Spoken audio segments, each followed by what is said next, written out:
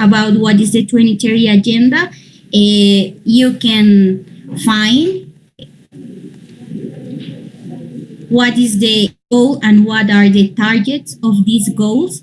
And also by a policy document, we have established which are the specific goals in numbers for Colombia, not only overall, but also by subnational disaggregations. So this is all the map of Colombia. For some subnational disaggregation, unfortunately, we don't have data, so that's why these areas are in gray. That's like the first thing we have. And also from Dani, I'm going to go back to the presentation. ¿Cómo voy a la presentación? I can go back to the presentation. Yes.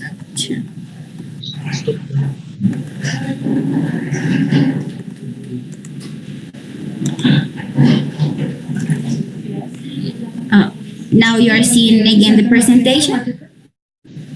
Yes, we are. Okay.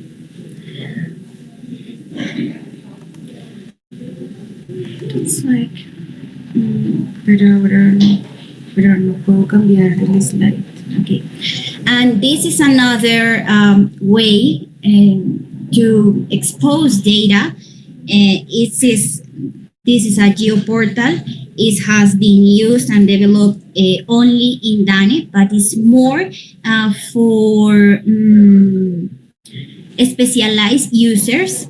And also when you share these platforms with another entity, you have advanced, but also have some challenges. One of these challenges is that it's not quite easy to integrate both platforms. So if you want to go specifically to the detail of geospatial information, unfortunately, still you cannot see that in the SDG portal. So you must go through the geoportal that is from DANI and is localized in the web of DANI. So, and I'm going to share now with you the web page of the geoportal. Ay, pues ya los tenía abiertos. No sé qué hice.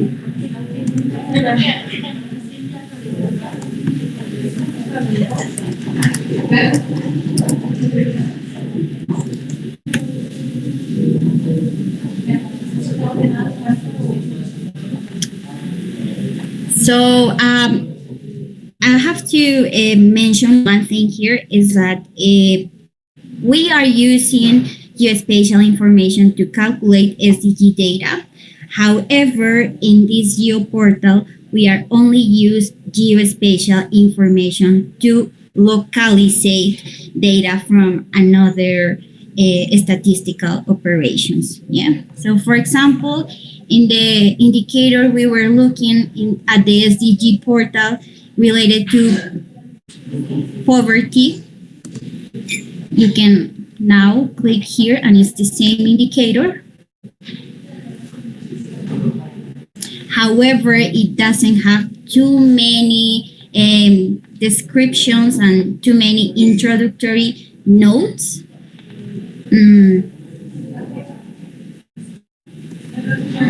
As in the other case.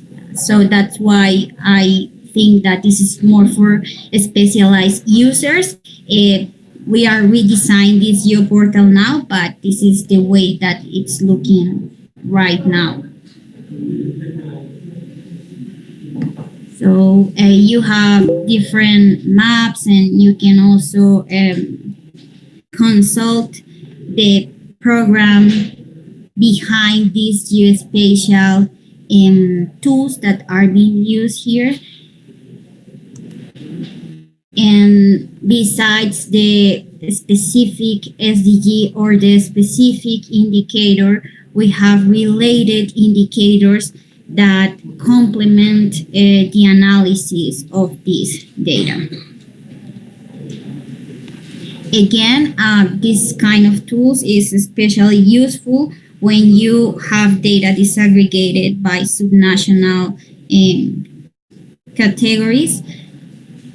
So all this is a map of Colombia, and again, for these areas are mostly rural areas, and we don't have too much data. And Bogota is here. I'm basically here, and you can navigate all through the geo portal and consult all the tools that we have developed. And finally, please, again, going back to the presentation.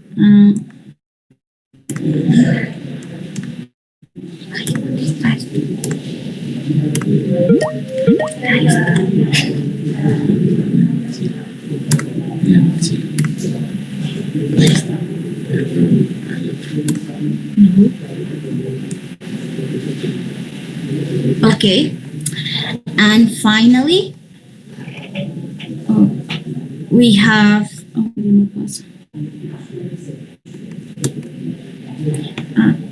Sorry. And finally, we have tried to do different things for the press conference, not for only SDG indicators. We have press conference, of course, but for example, for poverty, we do have the last publication was in July 12th, and we try to not only use maps but also graph bars and try to explain relationship between different variables, and just not to publish the data and publish all the material in our website. We choose which are these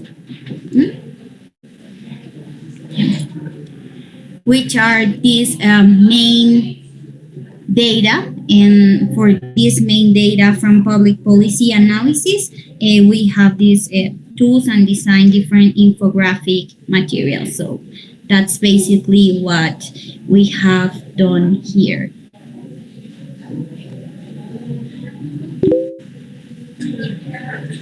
Thank you very much, and I don't know if someone has a question or something. Thank you very much, Karen. That was great. Very informative to see a country example on what you're doing, and the rich amount of data you have to present, and the graphics and tools and how you're using the maps, etc. So we now have as I said at the beginning, when you registered, you had the opportunity to leave a question. And so we've gone through those and kind of curated into some groupings. And my first question will go to Louise, and it's about which visualization approaches are most effective for monitoring progress on the SDGs and to support decision-making at various levels? Yeah, thank you, Linda, for the question. And I think my answer would be there is no single approach that would be the best approach. It's I think there is no one size fits all solution. We should be thinking in terms of what is the purpose of our data visualizations, and I think what has become for us a realization through experience is that we need to combine different approaches, using the opportunities that digital media provide us now. We can communicate using a combination of approaches, a combination of tools, as I was saying, combining narratives in text with infographics, with interactive data visualizations. So presentations of data on a map, presentations of data of trend lines over time. So we need to combine different approaches to reach our communication objective.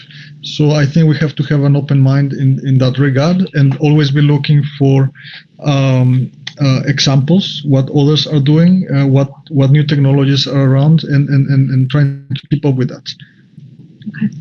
So Thank you, Louise. I think that's important to mention the new technology, because every day it's changing how we visualize, how we utilize our mobile phones, or how we use websites. And so really ensuring that